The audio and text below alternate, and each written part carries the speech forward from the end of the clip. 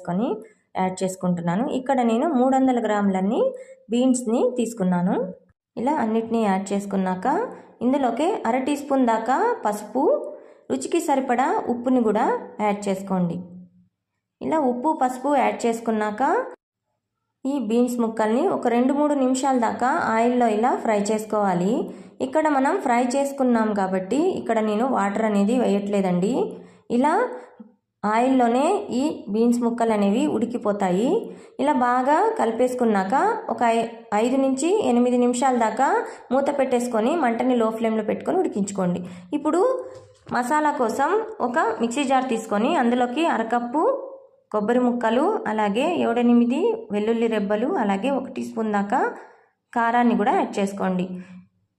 వీటన్నిటిని ఇలా బాగా మిక్సీ పట్టేసుకోండి. ఇక్కడ మనకి కొబ్బరి వెల్లుల్లి కారం అనేది రెడీ అయిపోయింది. ఈ వెల్లుల్లి కారంని